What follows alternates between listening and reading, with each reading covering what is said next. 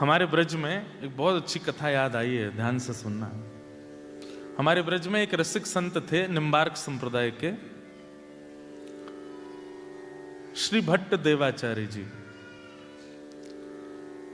तो वैष्णव रूप में रहते थे, द्वादश तिलक लगाते थे और द्वादश तिलक लगा करके अंकित करके कंठी आदि पहन करके बढ़िया सुंदर सिंहासन पर बैठ के भजन करते थे।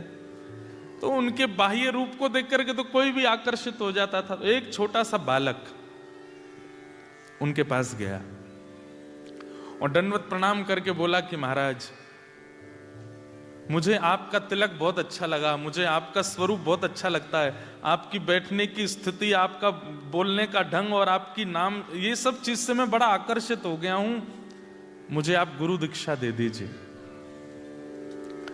तो श्री भट्ट देवाचार्य जी बोले, तुमको केवल हमारा तिलक, भजन, बोलने का तरीका और ये सभी प्रिय लगा है और तुम इसी से ही आकर्षित होकर दीक्षा लेने आ गए हो, 2 बार सोच लो।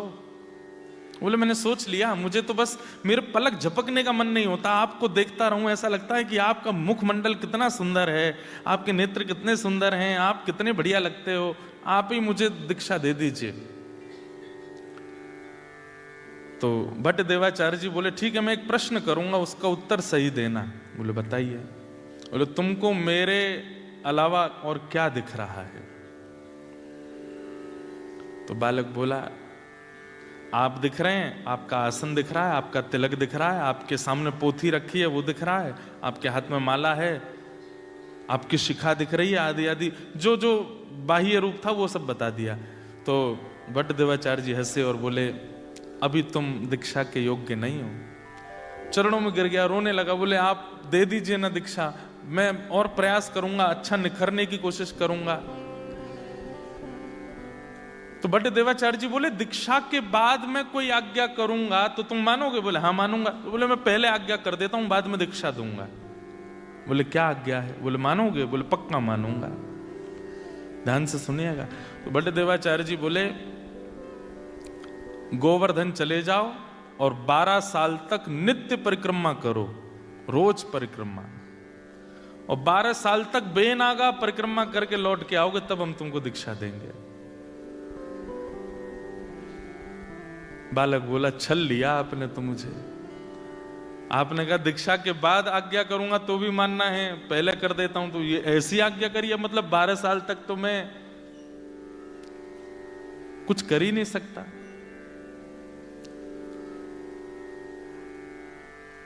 लेकिन गुरु आज्ञा मान करके वो बालक 12 साल के लिए गोवर्धन चले गए और नित्य परिक्रमा लगाते। इतनी निष्ठा। अब देखो आजकल तो गुरु लोग परीक्षा लेते ही नहीं है। आपसे किसी ने ऐसे कह दिया होता तो आप क्या करते?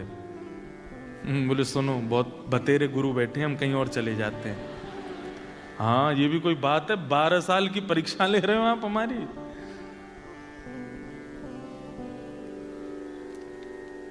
तो चले गए, वो बालक भी चला गया। गुरुजी 2 प्रकार से परीक्षा ले रहे थे, निष्ठा देखूं, निष्ठा कैसी है, मानता है कि नहीं, और फिर 12 साल के तप से जो परिवर्तन आएगा दृष्टि में, उससे इसी का भला होगा। तो 12 साल के लिए वो बालक चला गया, गिरिराज जी की रोज परिक्रमा करी और गिरिराज जी से रोज प्रार्थना करते, हे गिरिराज बाबा मुझे योग्य बना दो कि मैं अपने गुरु से दीक्षा ले सकूं। 12 साल बाद वो बालक आया। अब तो वो बड़ा हो गया था। गुरुजी प्रणाम, आपने आज्ञा की थी 12 साल परिक्रमा की, मैं पूरी करके आ गया हूं, अब मुझे दीक्षा दे दो। गुरुजी बोले 12 साल हो गए? बोले हाँ। अरे मेरा लाला, अच्छा बैठो, बताओ अब तुम्हें क्या दिख रहा है? बोले गुरुजी पहले तो केवल आप एक मानव जैसे दिख रहे थे, लेकिन आज आपके श्री अंग से ऐसा लग रहा है मानो जैसे सूर्य के समान तेज प्रकट हो रहा हो। आपका तिलक ऐसा लग रहा है मानो स्वर्ण मंडित कुछ माथे पर विराजमान हो। आपके रों कूप में ऐसा लग रहा है मानो जैसे कोई दिव्य दिव्य वेद ध्वनि प्रकट हो रही हो। खूब महिमा मंडन किया। भट्ट देवाचार्य जी बोले, अच्छा बेटा एक काम करो। बोले क्या? 12 साल के लिए फिर जाओ बोले गुरुदेव ये क्या? बोले अभी जो तुमको दिखना चाहिए वो दिखा नहीं है, और जब तक वो दिखेगा नहीं मैं दीक्षा दूंगा नहीं।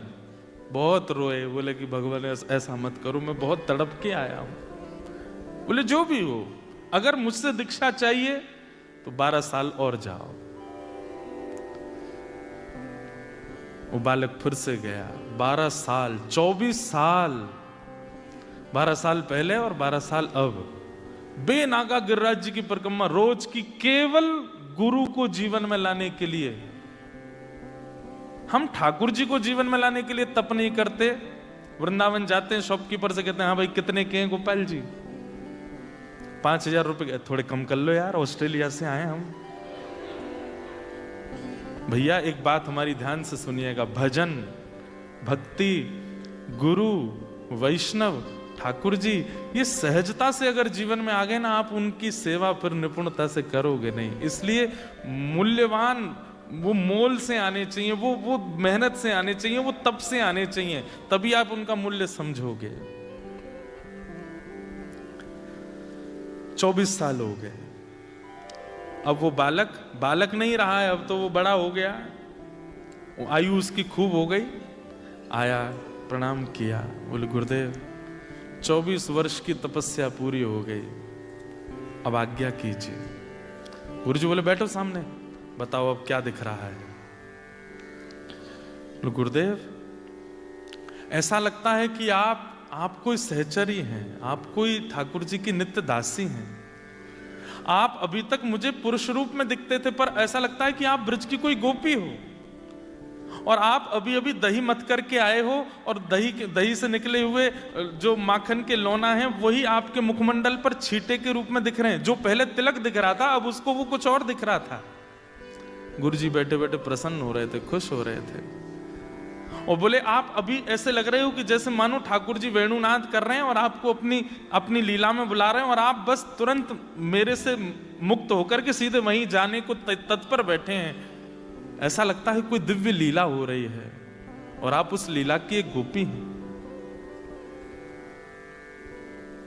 ये कोई आडंबर नहीं था, ये सत्यता थी, ऐसा ही दिख रहा था उसको।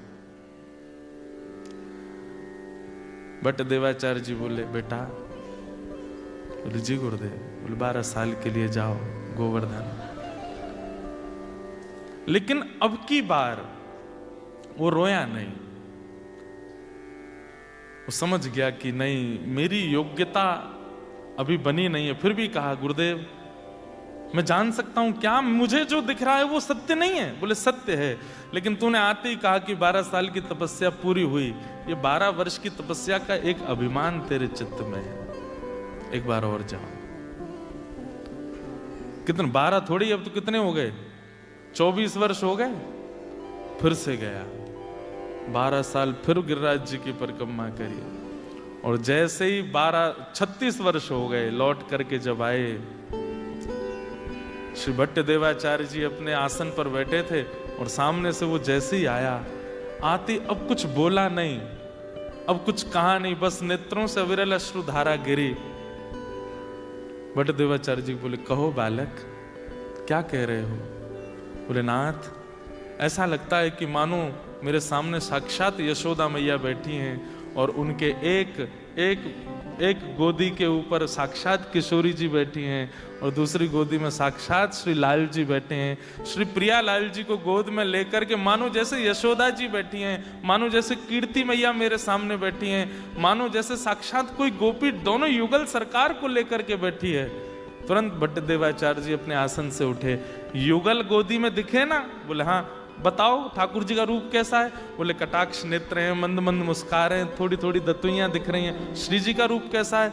बोले बिल्कुल कमलांगी हैं, कमल जैसा अंग है, सुंदर कटाक्ष नेत्र हैं, धीमे धीमे श्याम सुंदर को देख रही हैं। जब बिल्कुल विश्वास हो गया कि हाँ यही दिख रहा है, तुरंत बड्डे देवाचार्य बोले अब दीक्षा दूंगा, यही दिखाना था।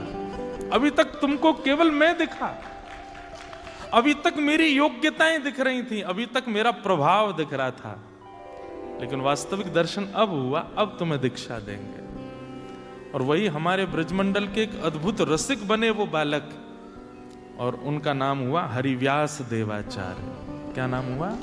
हरिव्यास देवाचार्य। उन्होंने बड़े अच्छे अच्छे पद गाए।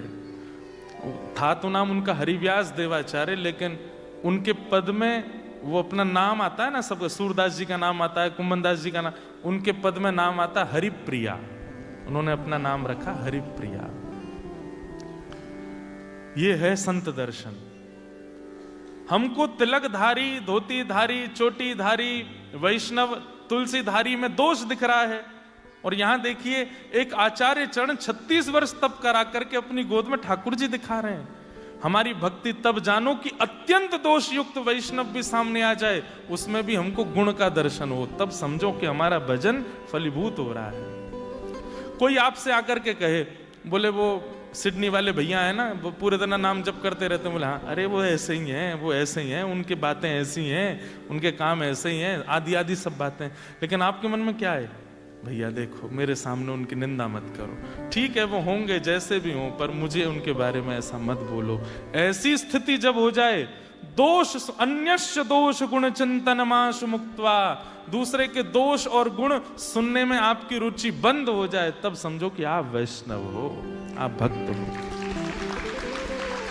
अरे मेलबर्न वाली है ना, वो ऐसे ऐसे करती है, अच्छा मुझे लग तो रहा था पहले से। उसी समय आपने अब तक जितना भजन किया ना सब नष्ट हो जाता है। अरे भैया उसको न्याय ठाकुर जी देंगे, आप उसमें दोष मत देखिए, आप उसमें कुभाव मत देखिए।